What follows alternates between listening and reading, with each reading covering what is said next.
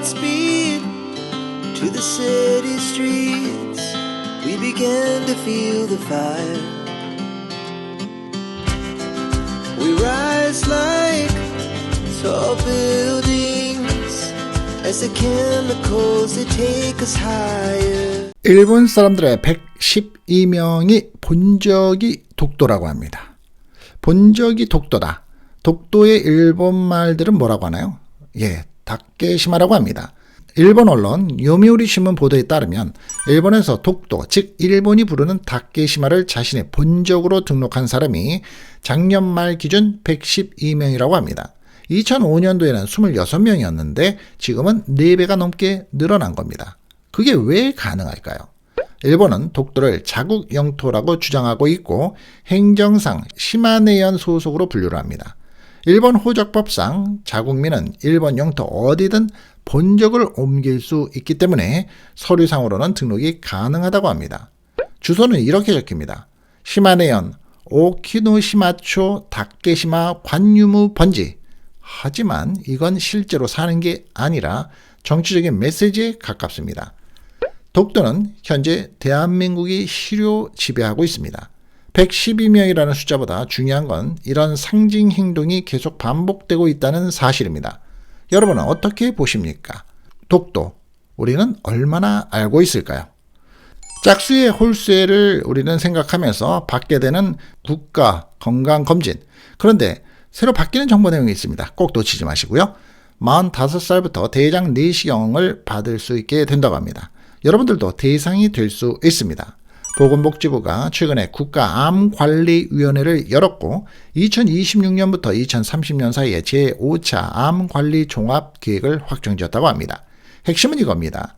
지금까지 50세 이상이 1년에 한 번 분변자멸 검사를 받던 대장암 검진이 2028년부터 45살 이상 10년에 한 번 대장 내시경으로 바뀔 가능성이 큰 겁니다. 왜 바꿀까요? 우리나라 대장암 생존율은 매우 높다고 합니다. 특히 국립암센터 자료에 따르면 위암, 대장암, 유방암의 발생 대비 사망률은 185개 나라 중에서 가장 낮은 수준이라고 합니다. 그만큼 조기 발견 효과가 컸다는 뜻이죠. 폐암도 마찬가지입니다. 현재 폐암 검진은 30갑을 1년에 이상 흡연한 54세에서 74세 고위험군이 대상인데요. 앞으로는 대상이 확대가 추진된다고 합니다. 참고로 미국은 50세부터, 일본도 50세부터 시작을 합니다. 암은 여전히 한국인의 사망 원인 1위. 검진의 연령이 내려간다는 건 그만큼 발병 시기가 빨라지고 있다는 신호일 수도 있습니다. 여러분, 45살 이상이 되셨다면 이제 남일이 아닙니다. 집에 한두 개쯤 명품 브랜드의 가방 가지고 계실 겁니다. 우리는 리폼을 할 수 있을까라고 고민을 하다가도 귀찮기도 하고 어느 업체가 믿을 수 있는가에 대해서 생각하다가 넘어가면서 살게 됩니다. 그런데 명품 브랜드의 대명사라고 할 수 있는 루비통, 루비통과 강남의 리폼 수선집이 소송에 걸린 적이 있었는데요. 대법원의 충격 판결이 나왔습니다. 참고가 되시기 바랍니다. 여러분, 명품 리폼 이제는 합법일 수 있을까요? 서울 강남의 한 수선업체가 세계적인 명품 브랜드 루비통을 상대로 대법원에서 이겼습니다. 고객이 맡긴 진짜 루비통 가방을 해체해서 지갑이나 다른 가방으로 다시 만들어줬는데요. 루비통은 소송을 당연히 냈죠. 로고가 그대로 있으니 상표권 침해다. 1심과 2심은 모두 루비통의 승소를 냈습니다. 리폼 제품도 새로운 상품이라고 본 겁니다.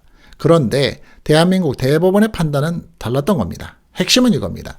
정품을 이미 정당하게 샀고 개인이 쓰려고 리폼을 했고 시장에 팔지 않았다면 이것은 상표권 침해가 아니다. 이게 처음 나온 대법원의 판결이라고 볼 수 있는 겁니다. 하지만 리폼 제품을 대량으로 만들어 팔거나 브랜드가 공식 제작한 것처럼 오해를 주면 그땐 문제가 될 수 있다는 겁니다.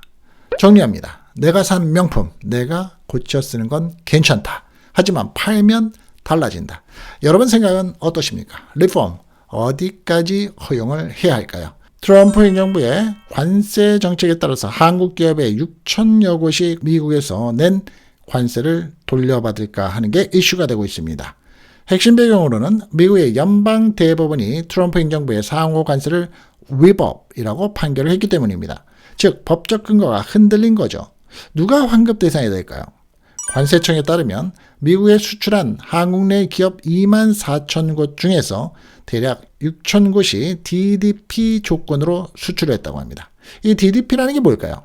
수출하는 사람이 관세까지 대신 내는 방식입니다.